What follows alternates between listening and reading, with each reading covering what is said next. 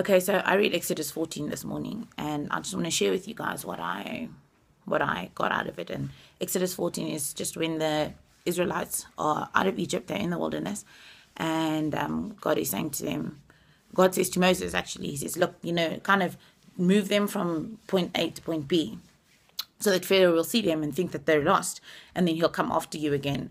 And the reason for this is God is saying, look, I want to show the Egyptians that I'm God, so I want to get my glory through this whole ordeal. So Moses does it, and as soon as the Israelites see the Egyptians, it's 600 men. Okay, so I understand it's a big crowd of people coming at you with spears, So,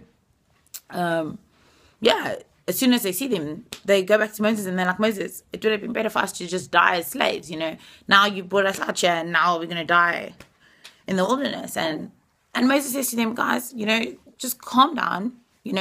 God will fight for you. All you have to do is to be still. And so that kind of presents us with three options.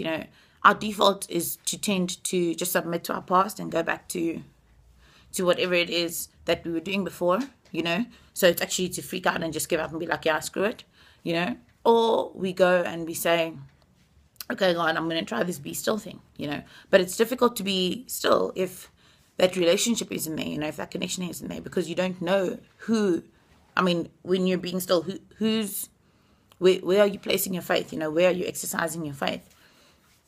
Or you can, the other solution then is just to go to God and be like, okay, God, this is the answer. This is the solution that I think you should apply to this problem, and kind of wait that out. But either way, I think that the whole situation is really just about remembering the vision, and relying on the visionary. Because when we remember the vision, can you imagine, even if just for 1 second, the Israelites had thought, okay, well, look, our vision, God had said to us, he wants to bring us into the promised land. You know what I mean? So it just means that this is kind of just a challenge. So it's in those moments that we actually have to remember the vision, remember what it is we're doing, where it is we're going. And then relying on the visionary. And this isn't only, in terms of Exodus. I think this is also so applicable just in terms of our lives. Because, it's relying on the visionary is really just about the relationship that you have with that visionary. With the more we get to know God, the more we spend time with him, the easier it is for us to rely on his vision. I hope you understand what I'm saying. Because, okay, even if we take you, okay, you've set a goal for yourself. You've said at the end of the year, I want to get 80%, or at the end of the year, I want a promotion.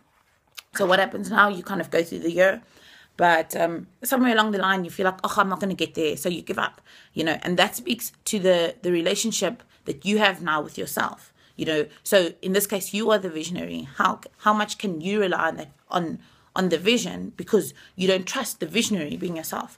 And I think that's what happened here, is God was saying, guys, be still and trust in me. And if you look at the solution, it's exactly what they saw. When they came out of Egypt, they were walking out, Pharaoh was chasing them, God opened the waters, they walked through, he closed the waters, and cheers to the Egyptians. Here, they see the Egyptians, God opens the waters, they walk through, and cheers to the Egyptians again. And it's the same solution, which doesn't happen often.